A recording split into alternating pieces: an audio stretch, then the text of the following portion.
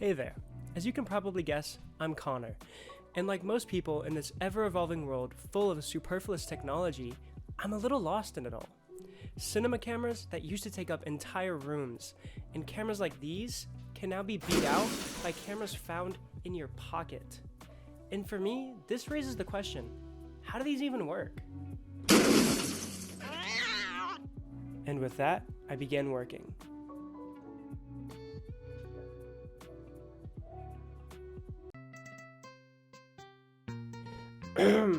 I said working. Anyways, I set out to learn all that I can and share my findings with all of you, condensing all of this knowledge in an easy to understand format. Along the way, I hope to improve your photography skills with a greater understanding of what all the silly little settings mean. I want to avoid regurgitating definitions I found off some dictionary for things you already understand, like distance, the quality or state of being distant, blah blah blah blah blah. Because some of these topics can become very complicated very quickly, and definitions are about as reductive as they get. With that, we can now get into how distance really works for us. Let's go over to me in a field. The camera is currently positioned in what I consider to be the best way to represent the scene. But what if I hadn't? Instead, it could have looked something like this, which isn't the most entertaining to watch. I mean, who wants to see a guy that small anyways? But the question we should really be asking ourselves is, how can we classify what we just saw in a way that we can take advantage of? Distance adds information.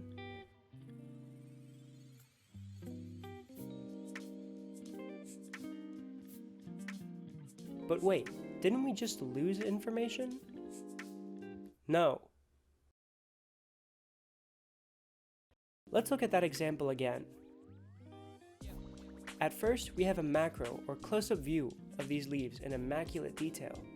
Then we back away to see the larger tree.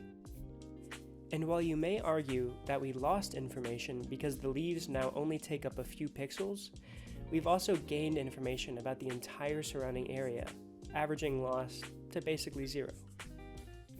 This all relates to the optical idea of visual angle. Okay, but what is visual angle? Well, it can best be described as the angle a viewed object subtends to the eye, or the angle formed when viewing an object that generates the apparent size of the viewed object, also known as angular size, which is a definition. Anyways, one of the best ways to describe this phenomenon is with its effect on motion, seen daily while driving, or in this case, a star field.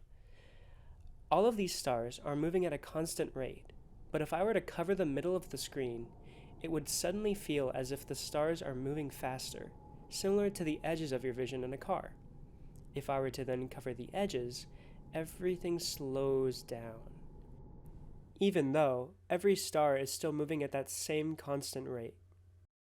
Most people know, but don't understand how it relates to the speed at which we perceive motion for objects at different distances. And with our newfound knowledge, it can be easily described, denoted as parallax. The angular size of a close object means that it will move more obviously since it is closer to our eyes, and takes up a larger portion of our visual angle. Opposingly, distant objects react the opposite way as they take up a smaller portion of our visual angle even though they are larger in size, which means our perception will change much slower. We can use this to our advantage by playing with different focal lengths on our camera, usually denoted by millimeter measurements on most lenses. Each focal length and distance can give a unique look to our shot. However, this requires some knowledge of our next topic, so let's move on for now. We can simplify the effect here with Bob. Bob has a cone of vision to represent the visual angle of his eyes.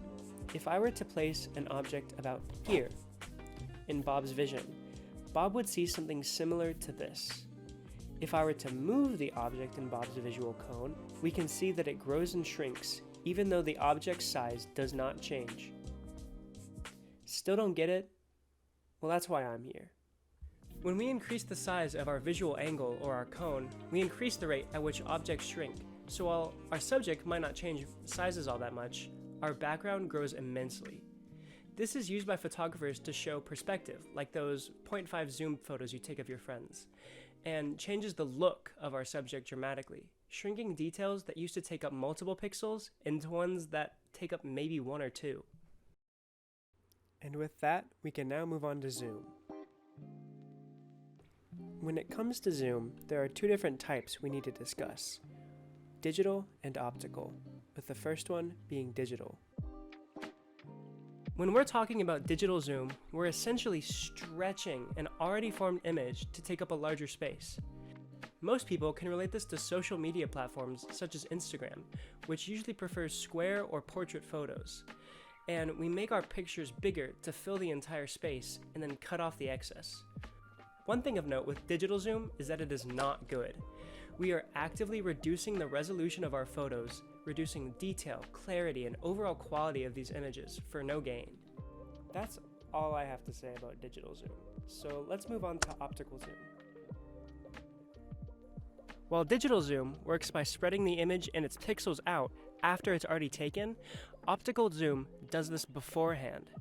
And considering the light has a width of about 35 picometers, it really doesn't affect our image's quality. Cameras, like the one I'm using, accomplish this with zoom lenses, which contain a number of lenses to focus, zoom, and clean the image. But most of that is beyond this video, so we can actually simplify it to just 3 lenses. The light's path is similar to this, but this image can be just as confusing if you don't understand optics, so we can simplify it once again. We now have the same 3 lenses, but now with a beam of light shining through the array. The path the light takes now obviously dips in past the first lens, but then spreads back out after the second lens. And our output image doesn't change size.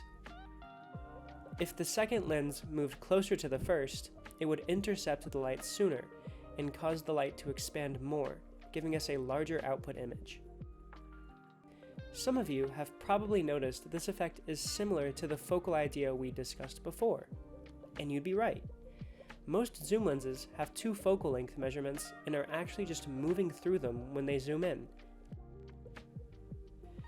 Photographers use optical zoom to get the perfect shot of subjects in difficult to reach spaces and distant subjects and sensitive subjects which may not stay still long enough for the photo to be taken up close. However, optical zoom can also be used in tandem with moving our camera in order to achieve an effect known as dolly zoom. To accomplish this, we increase our lens's zoom, or the focal length, while backing the camera away from the subject at a rate that keeps the subject the same size in the frame. First used by Alfred Hitchcock in Vertigo,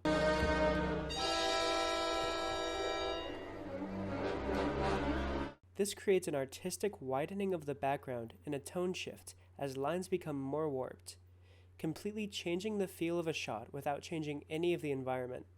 Of course, only using distance and zoom. And like that, our exploration has come to an end. Thank you for listening and watching. I hope you learned something today, and from now on, know what at least one more of those buttons or sliders mean on your phone or camera. Come and join me next time as we explore aperture and exposure.